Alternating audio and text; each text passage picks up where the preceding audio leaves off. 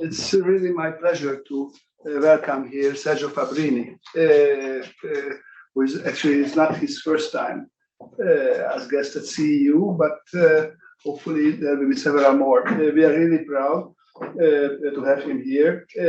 He is one of the most well-known scholars of European integration, author of several books that had major impact on how we think about the European integration.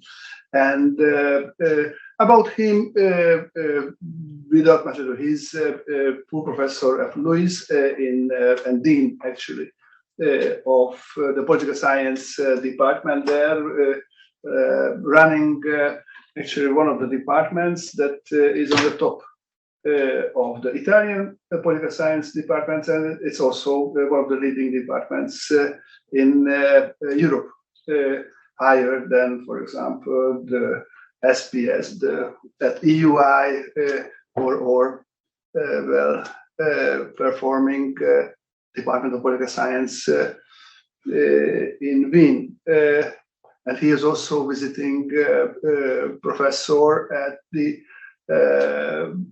Kennedy School at Harvard. So without much ado, I give the floor to you on your presentation that is with sovereignists.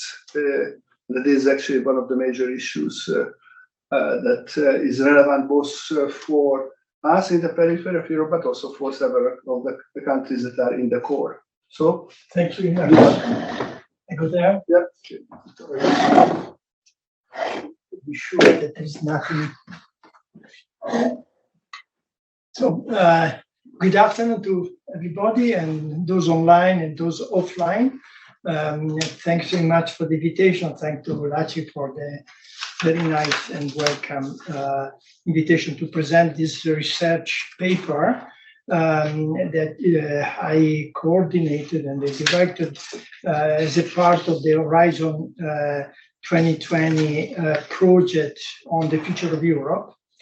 And we work on what we call sovereignism, and try to understand the implication of sovereignism for the European Union. And I try to conceptualize the implication of sovereignism in terms of differentiated, not integration, but disintegration. So I organized my presentation in this term. Do a very brief introduction that try to define the very concept of sovereignism, and then I look at the feature of sovereignism in terms of institution and policy, and then also to the problem that sovereignists have among themselves. And then I consider this possibility that we are, if implemented, sovereignism can generate what I call differentiated disintegration. We discuss a lot about differentiated integration. Here we are facing the other side of differentiation, which is the disintegration, differentiated of European Union. Okay, so the first, just as introduction, the debate in Europe since the formation of the European Union, 1957, but we can say starting with the Schuman Declaration, was between nationalism from one side and Europeanism from the other side. So since Rome, 1957, Europeanism was coincided with the formation of a market, common market, and then single market. And nationalism was always there as the claim to independence from the process of integration. But nationalism was not as strong as we learned in the last decade, because in a way the market making was benefiting all the main constituency at the level of the member state. With Maastricht, we move in direction of the core state power policies that were traditionally close to the sovereignty of the member state, like foreign policy, fiscal policy regarding the EMU, home affair. This policy emigrated to Maastricht, and that generated a mobilization of nationalism in many member states, also in the historical member states, like France in particular. So then you arrive to Brexit in 2016, which is the epitome, the success of nationalism as independence. And Brexit 2016 was the confrontation between independent nationalism vis-a-vis European interdependence. People like Nigel Farage refused the idea of interdependence and imposed the idea to defend independence, national independence. And the cost of that independence showed to be so destabilizing for the other member state nationalists that paradoxically, in my interpretation, the Brexit success was the last, let's say, was create an unintended effect to weaken rather than to strengthen the concept of national independence. So at that point, in the research that we did, we discovered that starting 2016, there was an attempt to endogeneize, to make endogenous nationalism within the European Union and not to keep nationalism outside the European Union. So how to conceptualize this process of making nationalism endogenous to the European Union? So my suggestion is to think to a different concept. We call this concept sovereignist as a nationalism that is compatible, or in many cases try to be developed from within the European Union itself. So the research is about the feature and the kinds of European Union that this sovereignist critique move. We work on first on the literature. We have a very significant literature on the internal implication of sovereignty. This literature is organized around the concept of illiberal democracy. In all the member states where sovereigntists are in government, they changed the liberal side of democracy, so they kept the democratic procedure alive, but they strongly conditioned the functioning of those procedures. But we found a very limited literature, also because it's a recent phenomenon, on the external, on the European implication of sovereignty. Because sovereignty is not nationalist, although it accepts to operate within the EU, and it starts from the idea that there is something called national identity, national interest to promote. But it's not also, sovereignty is not also populist, because it is against supranational elite, but it's not against elite per se, like the populists generally are. Indeed, they are expression of national elite against supranational elite. So it's not an anti-elitist movement, but is rather a movement against supranational elite. But also it's not Euroscepticism, because they don't represent a mood or distrust towards the European Union. They are moving in a more precise direction to criticize a specific part of the European Union and specific policies. So which part of the European Union they criticize? Sovereignists criticize supranationalism. So because the European Union is both a supranational and intergovernmental organization. It started as a supranational organization during the period of the Rome Treaty, but with Maastricht, the European Union, as I said before, with the core state power, strengthened the intergovernmental side of its functioning, with separating pillars, the second and the third pillar, but then abolishing the pillar, but keeping up the intergovernmental method for foreign policy, for all the policy that were instrumental to national sovereignty. So what they are against is they are against supranationalism, but not against the European Union as such, which implies that they are favoring the intergovernmental side of the European Union, and of course, because in that intergovernmental side of the European Union, they can play a very significant role. And then at the same time, they want to repatriate policy. But which policy? So we look at the policy that they propose to repatriate, and there are differences between national sovereignties. We consider basically three sovereignist parties and leaders of the Western European side: Marine Le Pen in France, Matteo Salvini and Giorgia Meloni in Italy, and Wilders in Netherlands. And then we consider the Polish and then the Hungarian sovereignists, Orban and Kaczynski. And in all these cases, you don't find a theory. You find a predisposition. And I said to Lashley that in a way, Orban is one of the most acute in understanding this logic. But generally speaking, they are quite opportunistic. So each sovereignist use the opportunity opened up by the policymaking process in Brussels to advance his own interest.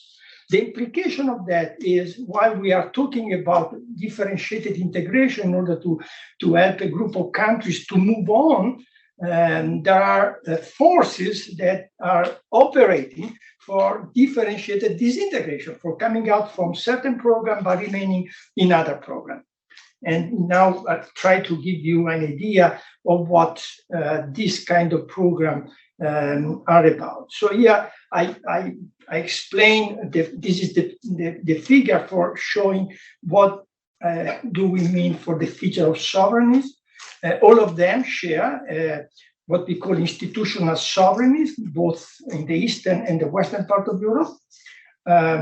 All of them want to repatriate policy competence, which means repatriate means to disintegrate current integrated policy. This is why we talk about differentiated disintegration, because the repatriation means to disintegrate established policy. But then we found a distinction between, and this is why we distinguish between Western and Eastern sovereignists, because in the Western side, Le Pen, Salvini in particular, there is an economic rationale against the European Union, they are against the economic and monetary conditionality of the policy, where in the eastern part, in Orban and Kaczynski, you have more a cultural rationale.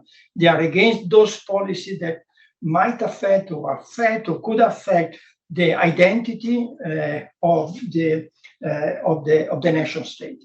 Okay, so let's see the institutional sovereignty.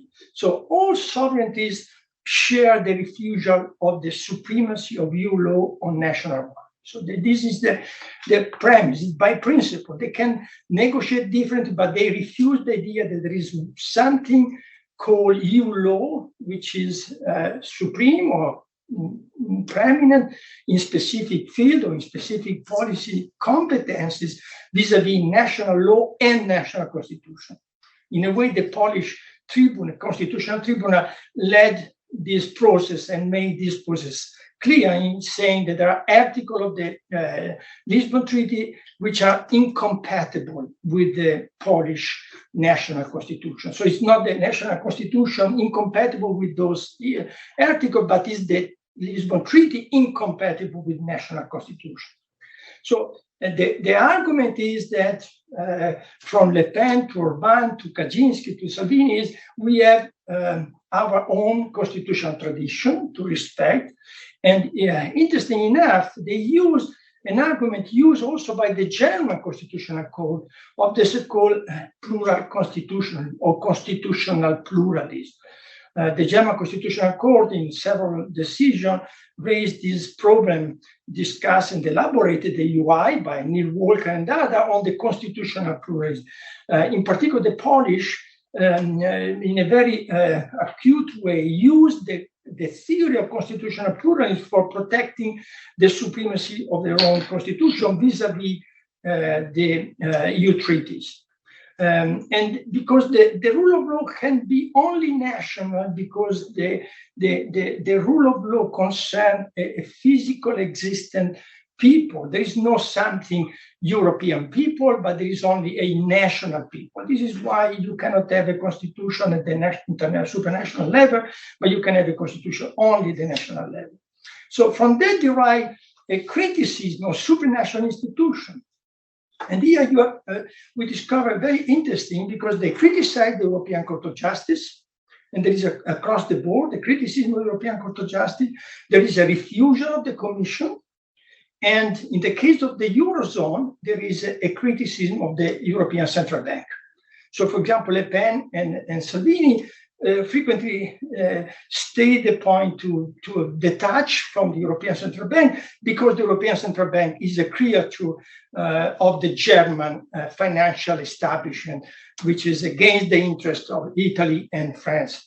So here you have also sometimes, the Italian case was much more limited, but strongly advanced this point by Le Pen, but also by Orban in particular, and the criticism of the European Parliament.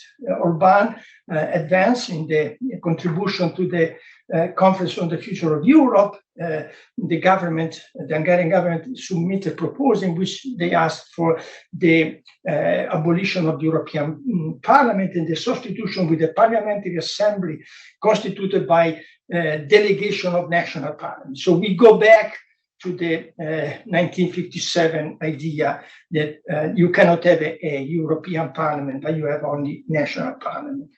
And of course, in this process, this is, I think, is probably the most interesting outcome of this research, but also open up a lot of discussion in Brussels. There is a preference for the intergovernmental approach. And of course, anytime I discuss about intergovernmental, in particular the role of the European Council, because that is the most important place for exercising national interest power, you meet always the opposition of the German, who became very crucial in defending and supporting the role of the European Council as a sort of balancing act institution, but also other member states. Intergovernmentalization of the European Union has become a sort of implicit assumption. We are waiting for the meeting of the European Council, and the European Council is the place for the most important decision. You are waiting for the conclusion of the European Council, which was not the case till the beginning of the 1990s. There, in the 1980s, you were waiting for the Commission position, for the Delors statement, not for the European Council. Now, we take for granted. But why we take for granted? Because the sovereignists strengthen the role of the European Council, but at the same time, it strengthens also the preferences of many other national governments. So regarding policy sovereignty, tell me, Lasci, if I have to speak too much, but regarding policy sovereignty, here you have the request of repatriation. Again, I translate the concept of repatriation in terms of disintegration. Marine Le Pen said, I don't want to get out from the EU bus. I am perfectly comfortable to stay inside, but I want to get out from specific labor policy. I want to get out from specific social policy. I don't want to leave the European Union as such. And here, of course, both the pandemic and the Russian aggression of Ukraine show that if you are outside the European Union, you could not receive the funds for the post-pandemic recovery. You could not receive the protection from the aggression of Putin. So they understand they have to be inside, but they don't want the inside to be like it was designed at the very beginning. So, and here there is a distinction between the West and the East side of Europe. They want to disintegrate different policy. In the case of the Western sovereignists, Le Pen, Salvini in particular, but also Wilders, the Dutch Wilders, the criticism was against mainly the economic and monetary policy of the EMU.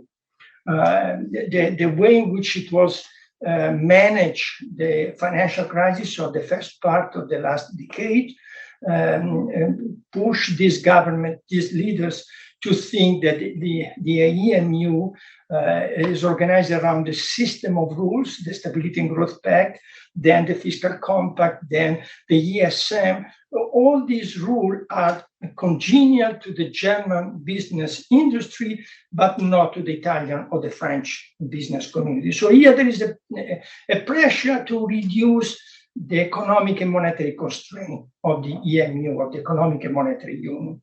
In the case of the Eastern sovereignists, what was instrumental in igniting the mobilization of these parties was the migration crisis of 2015-2016. And there, because the migration crisis was interpreted by people like Orban, but Kaczynski, as not a simple economic issue, but an identity issue. The arrival of these Islamic-based refugees was challenging the identity of the Hungarian and the Poles. Indeed, there was not something that they were against the redistribution quota that was proposed in that period by the Commission under the pressure of the Western member state. But of course, you didn't have the same reaction with the Ukrainian arriving in this period. Because they were perceived as more culturally congenial with the Polish nationality, and now they are asking for introducing quotas. When I said before, the opportunistic approach is very evident in many other cases. So migration is crucial because challenge the cultural identity of a country. And so we want to impose our control on the border. We are against sharing territorial sovereignty, as the Western side are against sharing fiscal sovereignty, because we want to control our identity, not only our border. So here we have two sides of what I call sovereigns. They are both, they want to operate within the European Union, but on the Western side, more on the economic rationale, and the Eastern side, more on the cultural rationale. However, there are divisions among them. And because of that, because of the different, let's say, condition, different level of development, different culture. So all sovereignties are opposed to what we call open society and these liberalizing effects. But Le Pen is against this liberalization for economic reasons. Although she used the Muslim propaganda for saying we want to control immigration, but the Muslims are already there in France, so it's difficult to stop. France is an ex-colonial power, so she used also in the last campaign the economic rationale. We want school and services for French citizens, not for new immigrants and so forth. Where in the East, the use was and continues to be much more on the cultural term. But there are no single policy in which they agree. For example, they are dividing on distribution of migrants. So for a period, they are against quotas in this part of Europe, and then they are in favor of quotas with other migrants. They have different view on Schengen. There is a request by the Western sovereignists to reform Schengen. Where this is not the request coming from Budapest or Warsaw. They have a different approach to their budget. The Budapest and Warsaw want an increase of the budget, where the Italian and the French and the Dutch, after Brexit left, after Britain left, they wanted to reduce. They don't want to give more resources in order to reduce the impact of the British withdrawal, and there are also a different view on enlargement. Orban is in favor of enlarging the European Union to Serbia.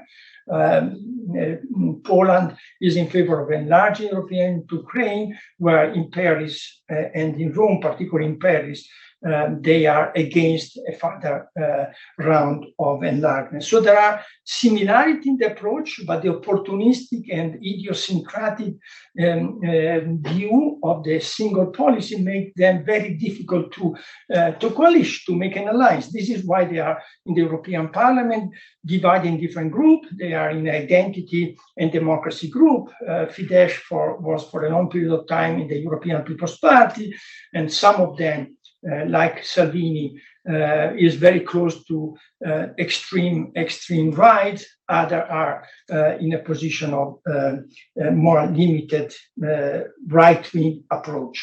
Okay, so the pandemic was a turning point, probably the first turning point. Of course, we cannot make an argument regarding the Russian aggression to Ukraine for understanding the implication, but the pandemic was a very important turning point, because during the pandemic, the Western sovereignists, Le Pen and Salvini in particular, but also Giorgia Meloni, say this is another case of imposing conditionality.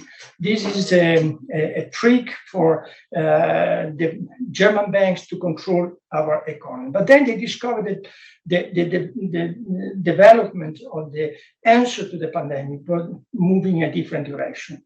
Next Generation EU take resources from the financial market and redistribute resources, where during the financial crisis, it was the other way around. They were cutting the resources and asking for making a lot of sacrifices. So there was a sort of Western sovereignist adaptation to Next Generation EU, to the point that Salvini entered in a government in Italy that is still now led by the most prominent Italian Europeanist, Mario Draghi, because he feared to be excluded by the management of those resources. So they were initially against, and then they moved in favor, although they moved in favor in a quite silent way. In the Eastern sovereignists, they were initially in favor, but then when intervened the debate on the rule of law conditionality, they started to be against. And here again, we have opportunistic approach, but also the fact that the rule of law conditionality was the first time in which, for economic reason, not for rule of law principle, just for economic reason, because the rule of law conditionality imply the respect of the budgetary criteria. It's not something concerning the principle of rule of law. Is the way in which you manage these budgetary resources that come to your country in order to organize the post-pandemic recovery. When that conditionality was imposed, again, there was an attempt to veto, but then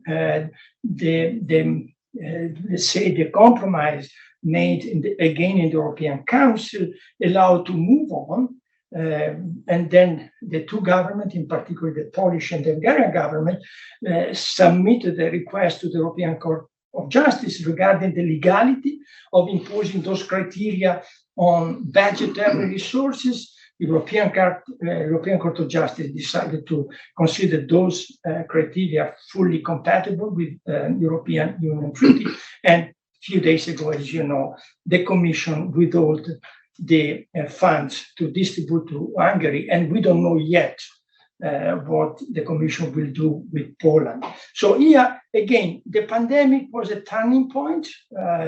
You need to be within the European Union, but the first group, the Western sovereignists, fear about economic conditionality. The second group, the Eastern sovereignists, fear about legal conditionality. What they did? Okay, so here I run to my conclusion. We have the implication of this process on the European Union. To my knowledge, there is no yet a research on what would happen, let's say, if this approach would be successful. Let's say, what would have happened with Le Pen becoming president yesterday of France. So what we have is the formation within the European Union of a, let's say, political area that we call sovereignist, which is based on the critique or better refusal of the supranational character of the European Union. So the European Union is not a European Union in the term that we learn. Is should be a Europe of nation or a union of European nation. I would say that in a more precise term should be a union of European states, because here what they want is to have a sort of diplomatic arena where the European Council is not only one of the institutions, but is basically the institution epitomizing the entire life of the European Union. And the pressure goes in that direction. There are many people, in my view, in Germany and France, who do not understand, after they consider themselves Europeanists, the danger coming from this increasing role of the European Council. So here, again, the two targets are the European Court of Justice and the Commission. The Commission in particular is the most criticized instrument. And one way of criticizing the Commission is also to operate from within the Commission. In the paper I mentioned, one of the success of Orban was to oppose Franz Timmermans as President of the European Commission in 2019. And he was proud to have been able to do that by himself, as he said. At the same time, he was very instrumental in the European Council, in the same European Council, to impose an Hungarian commissioner to enlargement, because of course Orban wants Serbia in, and of course in that case increase the level of, let's say, the sovereignist coalition within the European Council. Second, they want to disintegrate specific policy. But there are divergences on which one to repatriate. For the Western sovereignists, there is the idea that certain policies damage their own economy. For the Eastern sovereignists, there is the idea that certain policies threat national identity. So again, there is economics versus culture distinction. So they want to remain within the EU. They don't want to change the name European Union, but they want to exit from specific policy regime.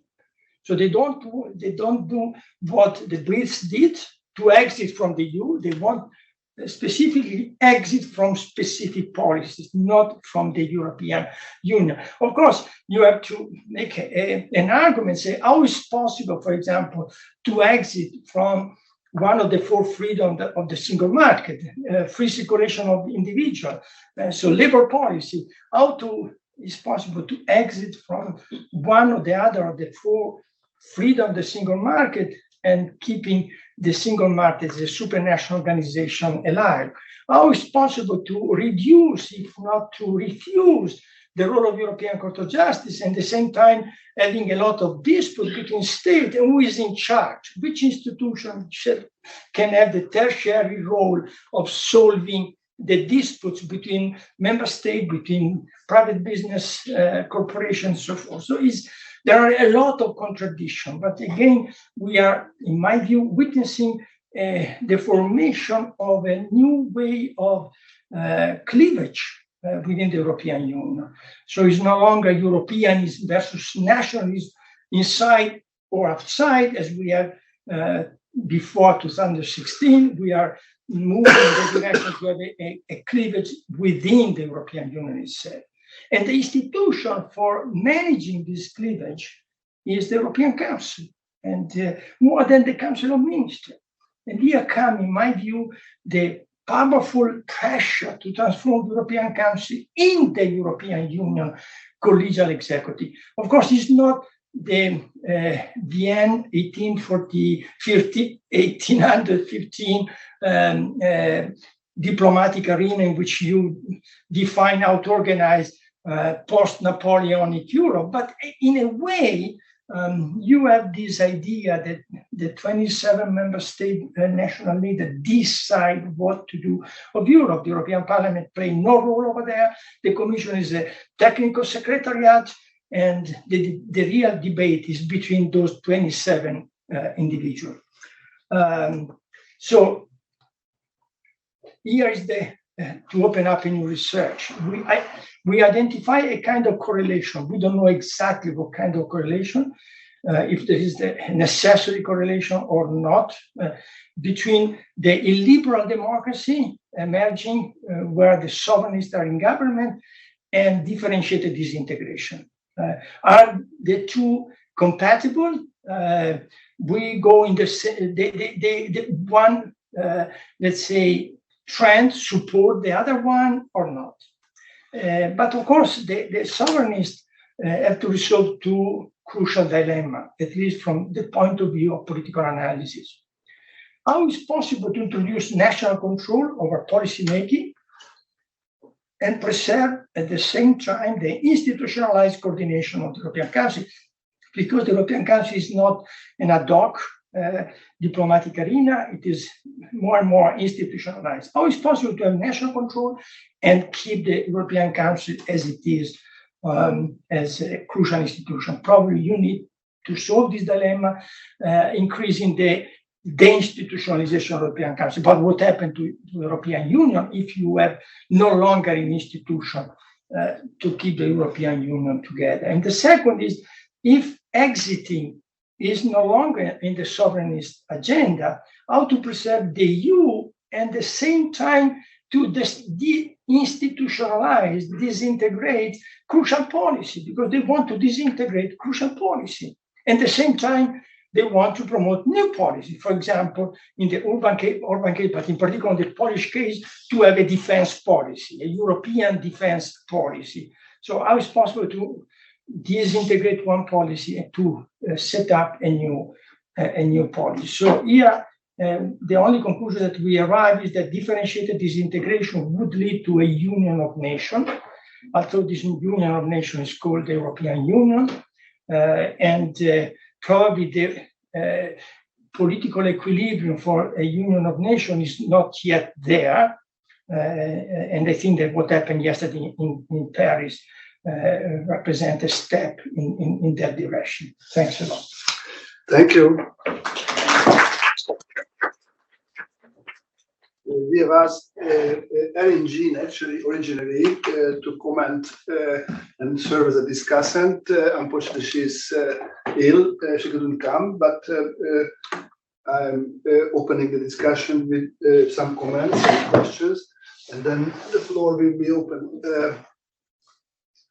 Thank you so much for the presentation. It was very enlightening on this sovereignty, the varieties of sovereignist, East and West, and that was very important. What I would like to not challenge, but it's more open up for discussion is how could we think about the process in longer term, this disintegration, not disintegration, what could be the right analytical frame?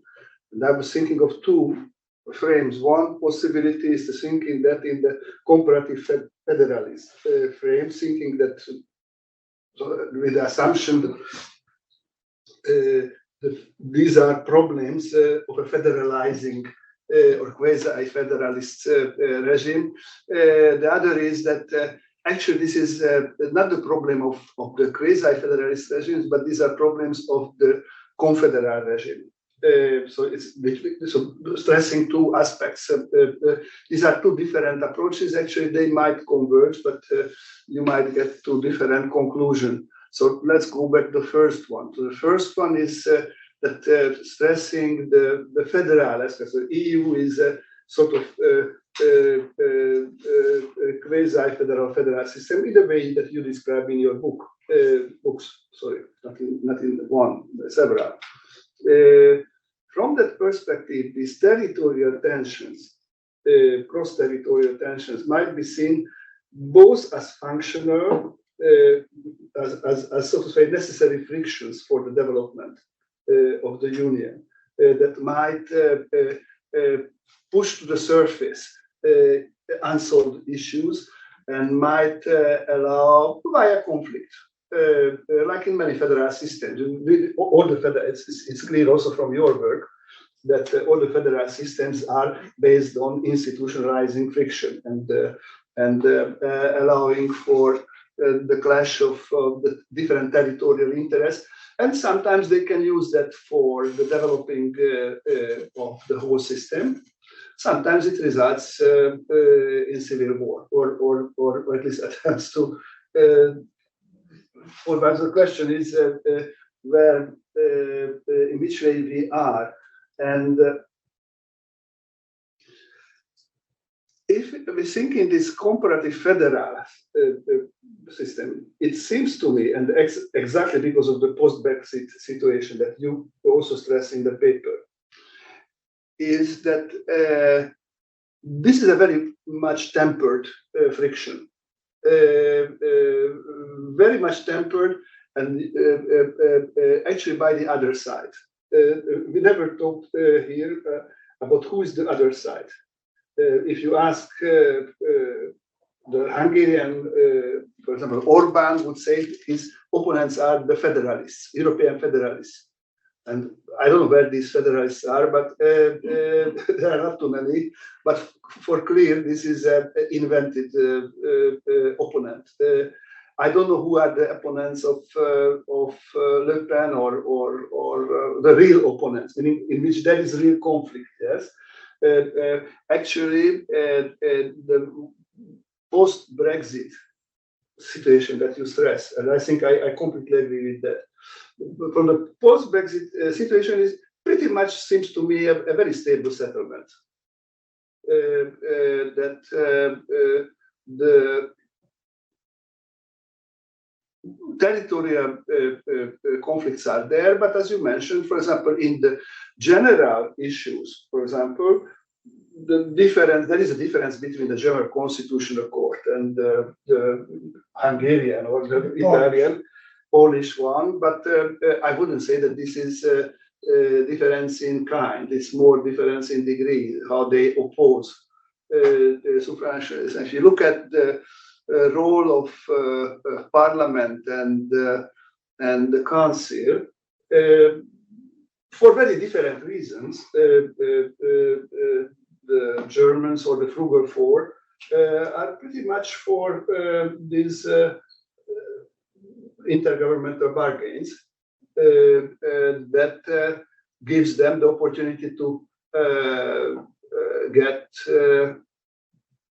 the free market for nearly for free, meaning without much redistribution, and preventing too much opposition to this situation. So that allows for basically the growing intergovernmentalization that you describe also might be seen as a sort of convergence, not increased tension between two terms. So I don't see, whereas, for example, in federalist system, when there are real territorial tension, cross-territorial tensions like South and North in the US or where there were real very strong conflicts that were politicized, expressed, and you couldn't really see this difference. I don't see that kind of strong conflict, or when the conflict comes about, like in the negotiations to the next generation EU, then exactly the existing institutional framework allows to find a settlement. So from the perspective of the comparative federalist perspective, I would see more, not really, I don't see positive friction, so the positive role of this friction. I don't really see strong disintegrative tendencies in the present situation. It might come. It might come. What I see is closer to what Eric Jones and his co-authors call this failing forward situation, in which you always get the newer and newer settlements within the EU that don't allow for disintegration, but don't allow for deepening really integration and creating new mechanisms to solve things. So that's the comparative federalist. Other idea or other framework might be the confederal framework, saying that EU is quasi-federal, but it's stuck at the level of confederation, in the sense that if you look at the structure of accountability or structure of representation, then all the policymakers have to win political power to represent and to influence decisions in Brussels, in the Council, or wherever. In domestic arenas alone, and not no one at the European level. No one is accountable. Depends on re-elections, and in that the trump card for politicians in competing for re-election is defending national interests. So it would be surprising not to have, after a while, sovereignists. Because the question is why, I would say, why are so few? Why no more sovereignists? And one of the reasons is exactly this kind of frictions that you might say, and also that the settlement seems to work. That is a settlement between those who don't want to deepen at all, Germans or the frugal four. Actually, they are interested in maintaining the status quo, conserving the status quo, preserving, deepening for them means for them it means redistribution. It's making EU basically what is the word for that they love to use? Transfer union. Transfer union. That's the key word. So transfer. They would not. That's the last thing they would like to see. But the present situation is easy to maintain, exactly because the conflicts on the side of the explicit sovereignists is very selective. And exactly because it's selective, it's open for bargains, and it's open for settlements, temporarily valid settlements that don't solve any longer-term problem, but they allow to go muddle through, or I don't know what is the right word for that. And for the disintegration, this is why I think that going backwards is harder than going forward. Is because one of the lessons of the Brexit was that you cannot pick and choose. If you'd like to have a change in one policy area, then you have to make change also on the other, because these are interlinked. So if you'd like to change the regulations in free movement, free movement of goods or free movement of capital, then you have to give up something on the free movement of labor and vice versa. So these are interlinked. And so if the negotiation would start on these policy issues that you mentioned, real negotiations, then my hunch is that the status quo would be the easiest. Maintaining the status quo would be easier, much easier than negotiating going backwards.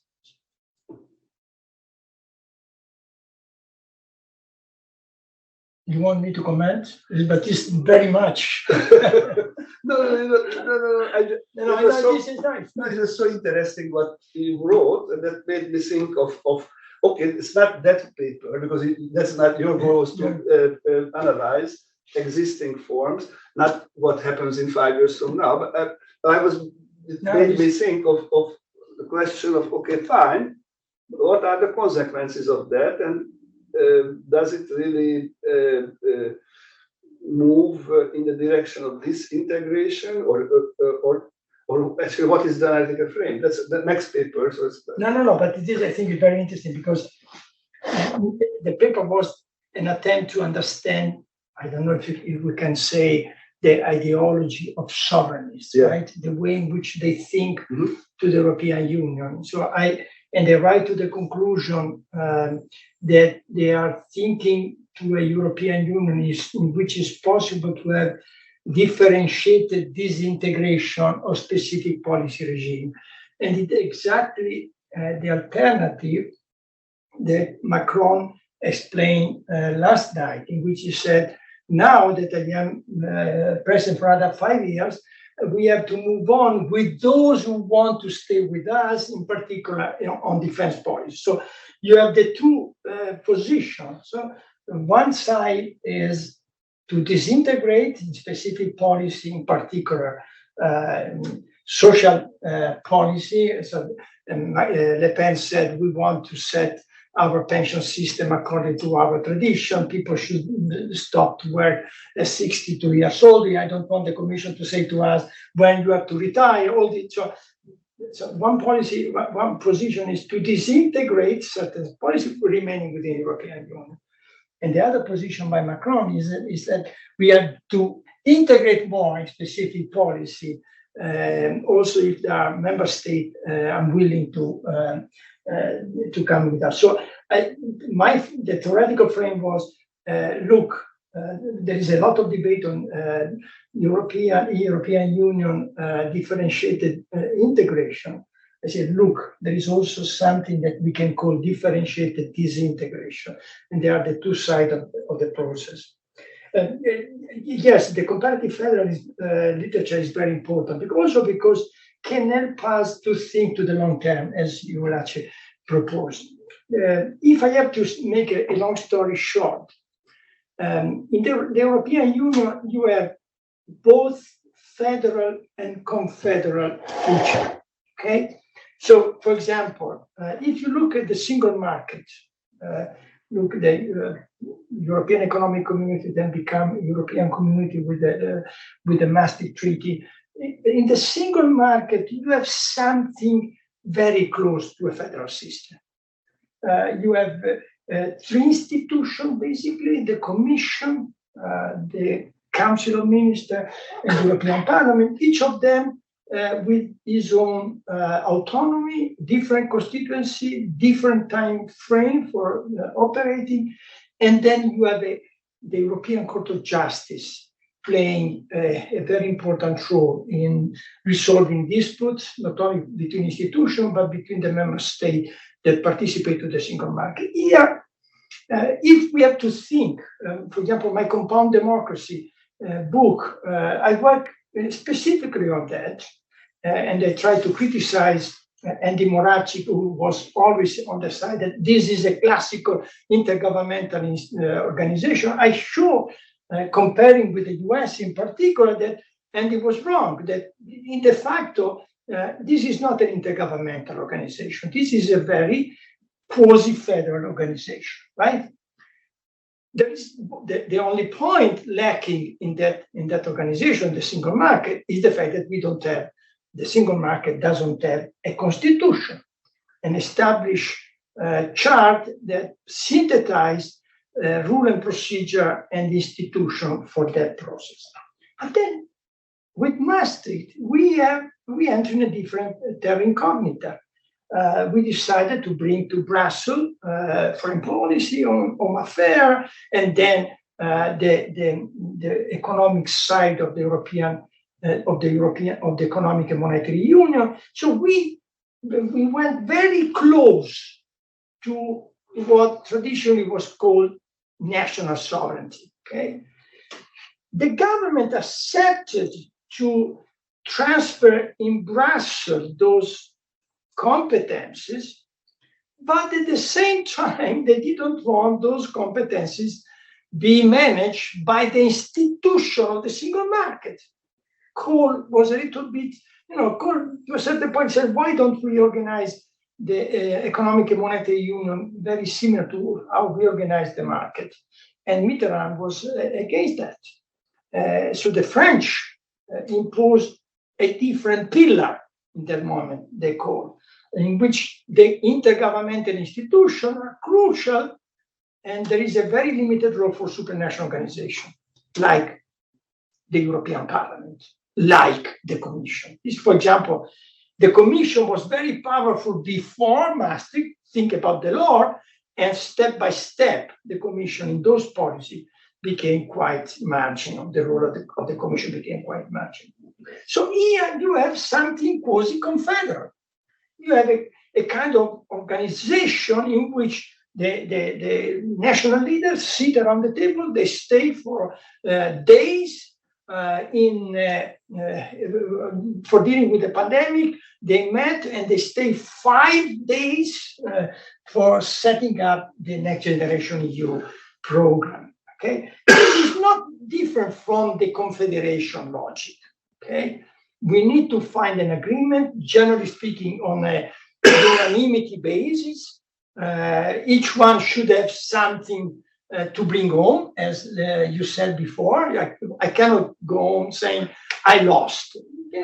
I didn't have what I wanted, but nevertheless I got something, right? So, and here we have the confederal logic, and that makes difficulty, because when you have conflict in the single market, Italy, for example, was lacking in the adaptation of its own administrative structure regarding important requirements. We pay a fine. So there is intervene the court, and the Court of Justice say you have to pay. So there is a clear decision-making process, legitimate decision by the European Court of Justice. But there, in the confederal side, is very difficult. The court doesn't play any role. The court, in order to play a role, should intervene on the basis of a regulation, as it was Next Generation EU. It was transforming a regulation.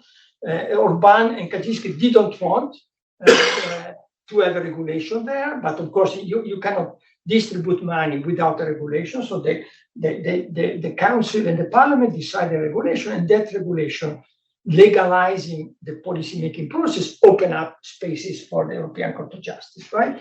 So here you have conflicts that are under the control of reciprocal member state governmental leaders.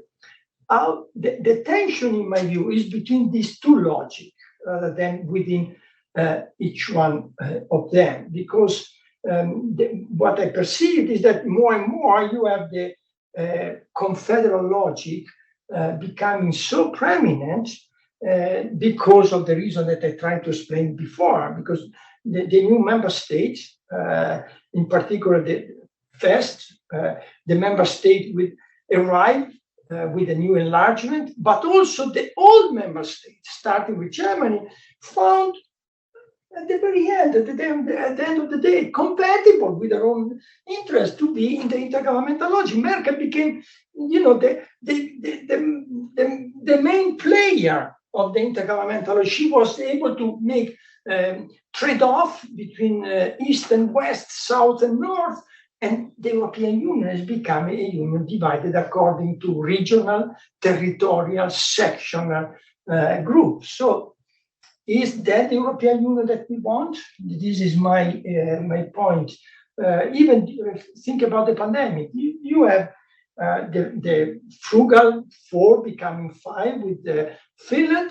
Then you have what I call the solidarity coalition, mainly the Eurozone. Then you have the sovereignty coalition, Poland and Hungary. So you have a European Union that, according to the confederal logic, is divided according to along a territorial line. That is a very different kind of logic than, for example, the territorial division in the US, because in the territorial division of the US, you have the Constitution.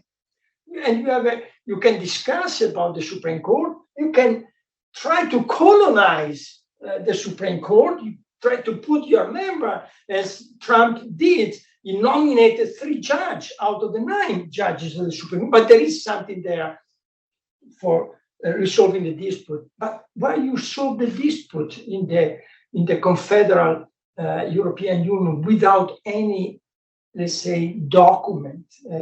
Is only power politics, is the traditional power politics. So everybody has an interest not to make the European Union imploding because there is too much at stake, too much money there. But at the same time, nobody has an interest to move on. So here is the status quo stalemate that is difficult to move. So you don't disintegrate, but you don't integrate. And in this, at the same time, Russia is moving in a specific direction. In November, we can have a different Congress in the US, and in 2 years' time, we can have a different president than Biden, and China is moving its own interest. And so in this situation, a stalemated union is not basically an answer to the problem that started the integration in the first place. And this is why, for example, we were discussing before in my, you see the jump of this guy, this young man here. I think that we have to make a jump, but not the jump in abstract. I talk about decoupling. I talked about the possibility to have a confederal Europe in which you can have different states inside. Britain, if Britain wants to come back, Norway, so it's just a larger structure. The Western Balkan, if they respect specific criteria regarding rule of law and independence of the judiciary, but anyway, you can have a larger confederation, and within that confederation, you should have a very, this is very inclusive, and within that, a very exclusive federation. The formula that I used in a presentation in the European Parliament is a federation within a confederation. It's a joke, but just to say that we don't need to invent new institutions, because the European Council at that point can be the structure of the confederation, where the institution of the single market that I talked before can be reframed. The three institutions, Council of Ministers, Parliament, and Commission, can be reframed in terms of the institution of the federation. So, because the European Council is too powerful for being abolished, give to the European Council this larger structure of creating a larger and inclusive Europe. But at the same time, you can do that if you have a counterbalance in a powerful center represented by those member states who want to share defense policy, certainly, specific industrial policy. They want to share territorial control of the border. And they introduce very clear criteria for making the outer ring understand that they can enter in the closer group if they respect those criteria. I think this is the only way in which you can escape from the stalemate. Otherwise, the stalemate will foster a illiberal regime where the sovereignists are in government, and there is no chance for opposition to change those illiberal regimes. You want to enter in a defense policy of the European Union, these are the criteria. We discussed before, the Copenhagen criteria were respected before entering. But once you are in, and then you are in the European Council and you have the veto power, nobody can say something to you. Nobody. There is not only an economic interest, German factories that are willing to keep, let's say, cheap labor in Slovakia, in Hungary, and so forth. But it's not only a question of economic interest, but there is no institutional incentive to change. There is no institutional incentive to change. Sorry. No problem. There are people also online. You can ask questions and comment. And also, what I wanted to say that those who watch us online, that in the chat function, you can use the chat function and send comments or ask questions. Yeah, István. since yesterday, I think that the pro-European political forces have much better chances regarding the pro-European future of Europe. And I would like to ask you what you think about the conference on the future of Europe, which was a very important project by Emmanuel Macron and maybe many others.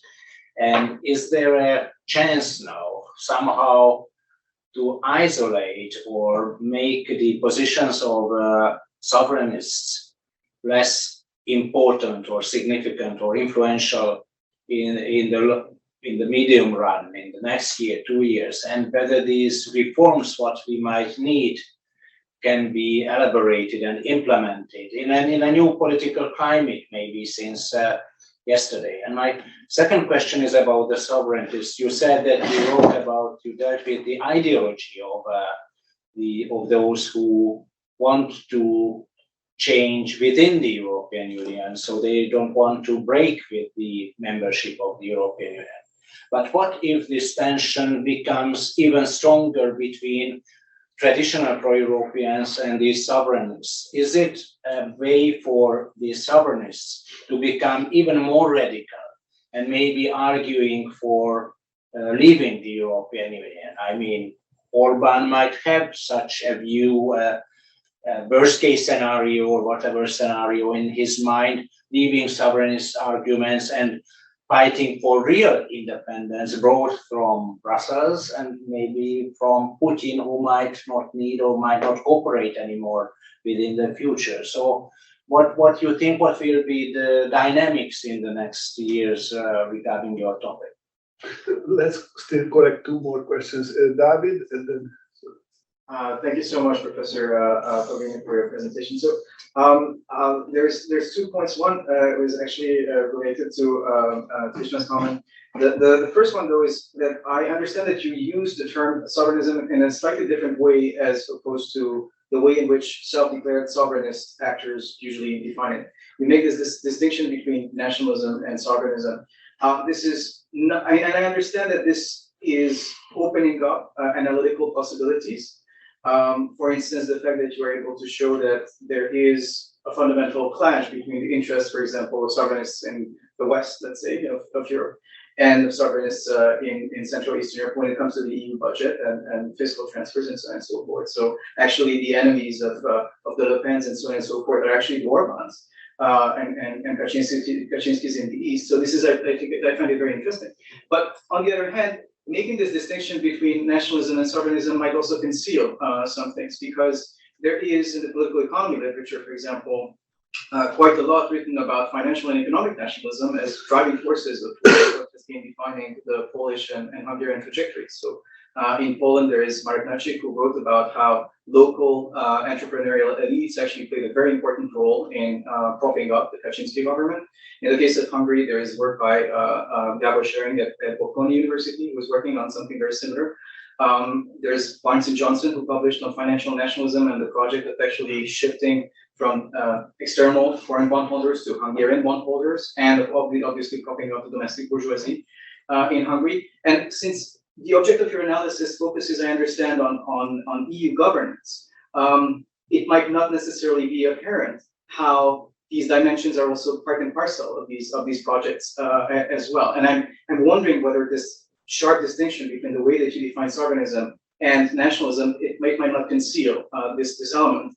As you mentioned, this leads you to this distinction between Western and Eastern forms of sovereignism, and the Eastern ones being more targeted toward cultural policy areas, and the Western ones were more economic ones. And this, I think, all this political economic literature on the economic side of nationalism in Central Eastern Europe, I think, might go a little bit against the way that you present it. And the lastly, just a very, very, very short point, indeed, and going back to the previous question or comment, is that if indeed in the current situation or the current tension, there is a reduced possibility for the Orbans to actually get a larger set of fiscal transfers, then don't you think that this might either lead or push them indeed to a project of leaving the European Union, or to the collapse in legitimacy of these sovereignist projects? And the last question. Yes, I'm also interested in this. What is your name? András Honesson. So I'm also interested in this relationship between populism, nationalism, and sovereignism, because you were very, very clear when you said that these are not the same. But how do you keep them analytically separate? Because one can use sovereignist arguments to reinforce nationalist claims or populist claims. Sovereignism is all about taking back control to the nation state, but you can conflate the nation state with this imaginary community of the nation. And if you have a populist in power who's becoming the local elite, then you're looking for new elites to other and supranational elites in the EU readily present themselves. There was a special issue published by European Politics and Society in 2020, where the authors specifically called this kind of politics that you talked about sovereignist wine in new populist bottles. That this is a wider sovereignist pushback against globalization, which takes this very populist turn in Europe. And actually, all the examples that you used in the lecture, I think almost all of them were populist, the populists that we all hear about. So another way, I guess, to frame this question would be, who are the sovereignists? Is sovereignism a particular way of talking, a discourse, or is it an ideology? Because you also mentioned it as an ideology, but you were careful about calling it an ideology. And I have a second minor point. Your research found variance across regions within Europe, and you found variance across these different types of sovereignism. But did you find any variance in terms of sovereignists in opposition and in government? Perhaps. Thank you. Do we answer now? Yeah. Okay. Well, start for Isman. Being a member of the Conference on the Future of Europe for my government, I have to say that I have not much to say on the Conference of Europe, because there are basically, let's say, is an interesting experience of political and popular participation, not as much as we expected anyway. And in any case, the three institutions are so divided internally that it will be very difficult to find a reasonable outcome. And the Council is there to stop everything. For example, there is a sort of constraint on discussing about treaty revision or treaty amendment. So there are areas that you cannot touch in the discussion, because if you touch, there will be from the European Council, in particular, the Council of Ministers, a prohibition to do that. So it was useful, but in my view, it is highly insufficient. And that brings me to the question of what happened after this French election. I think that probably there will be some idea, in particular in the European Parliament, to organize a follow-up, but of a different kind of, let's say, initiative. Somebody talked about convention. I don't know exactly. I don't think that if we stay with the 27 member state agreement, we will be able to do something significant. It seems to me very, very implausible, very unlikely. We have to think to a different form of discussion, organization. I don't know the coalition of the willing, but this is an open question. The tension, so what I probably was not clear about sovereignism, and the second question raised by Islam, but is also in the other two questions. Sovereignists are those who have a criticism of certain policy, but they support other policy. This is a crucial distinction with nationalists.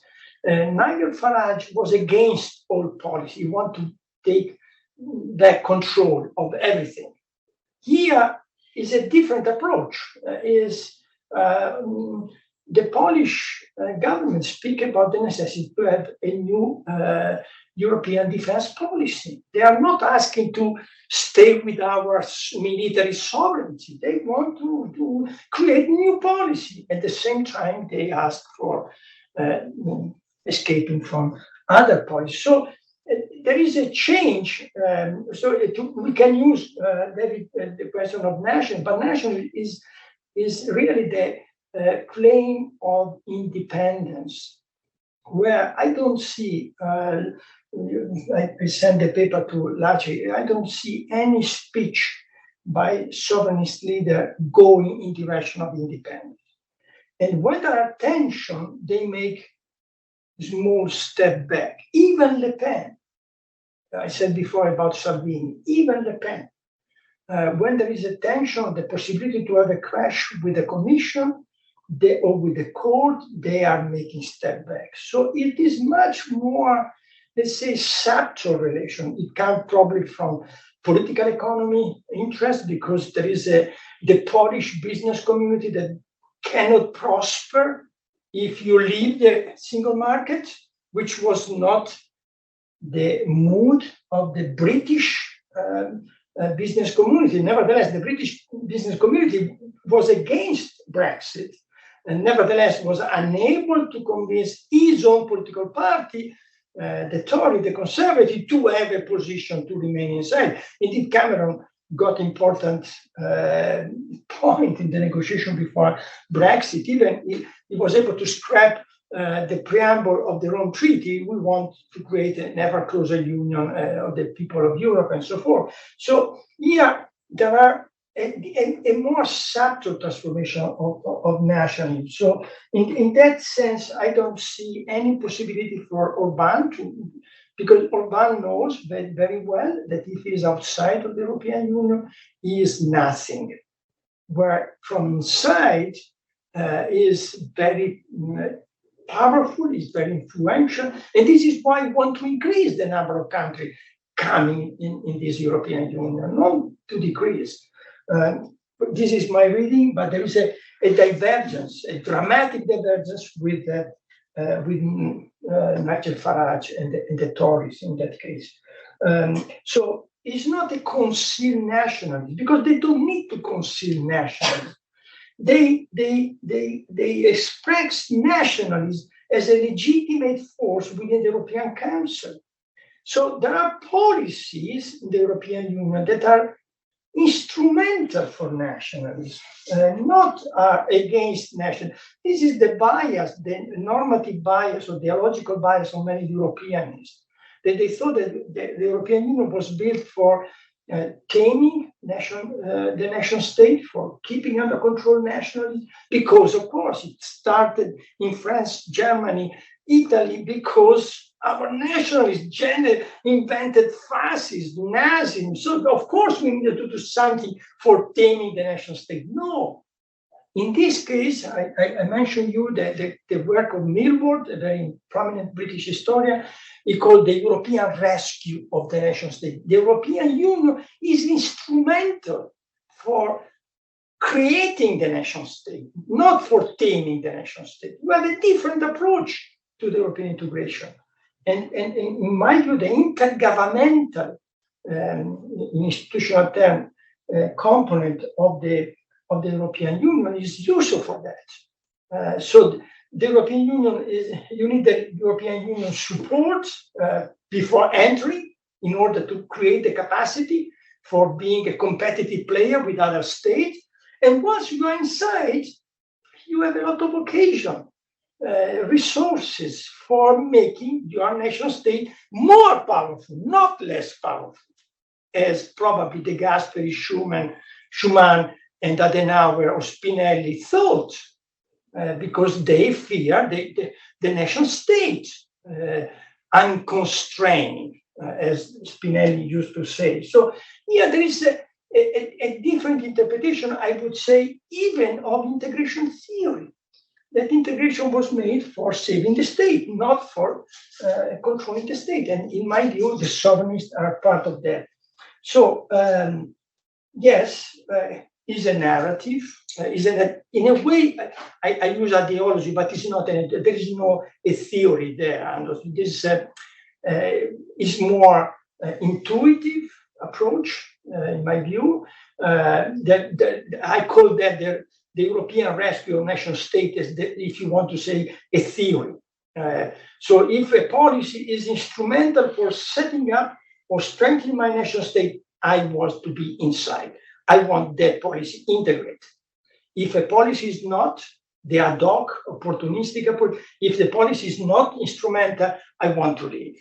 Okay. So from that perspective, from the actor perspective, sort of actor-centered perspective, you can say this is no longer nationalism. It's not the nationalism that we face from at least 1950, when the Schuman Declaration was made public, May 9, to Brexit, 2016.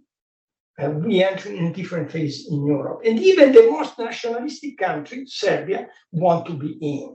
Why so? Because without European Union cannot be, let's say, built the Serbian state. So it is the European Union giving, say, the capacity resources, the capacity foundation of the new states. But the European Union did that on the basis of the fact that if you want to enter the single market, you have to be able to compete with that. You need to have a political economy capacity. Otherwise, the single market cannot function. But at the same time, some of those leaders understood that those capacities, once you enter, are no longer controlled, are no longer under conditionality, and then you can use those capacities for different ends, for different aims. So there are variants between opposition and government. Yes, I would say there is an instrumental position by, in the case of Le Pen and Salvini, on the question of the financial crisis. They try to use the anti-German approach. I would say they are much more vocal in the case of France and Italy.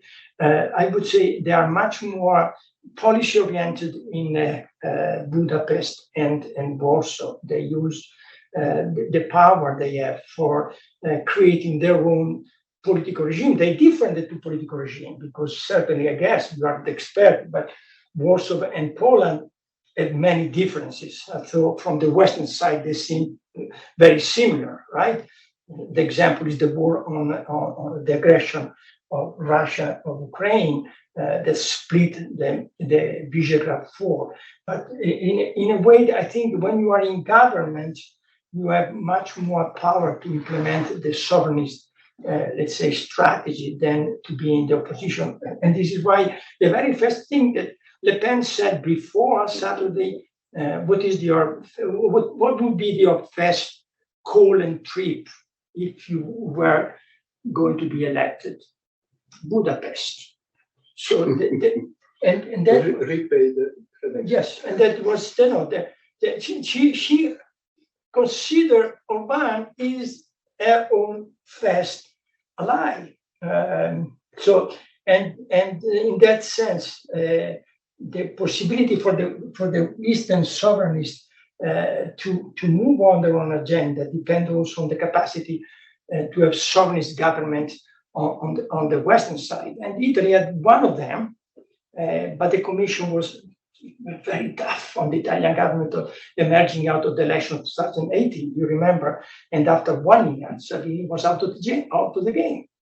But if in Italy it was possible for Salvini to settle, the situation would have been much different. This is why we needed to go to Frankfurt to ask for Mario Draghi to be prime minister. He didn't want to become prime minister, but it was necessary for him to come back and to save the country. Exactly in time, because the cab is coming for you to take you. So I would like to apologize. We had also questions in writing. Stefan Schwed, I'm sorry, we have to finish now, but thank you so much. Thank you. Very interesting.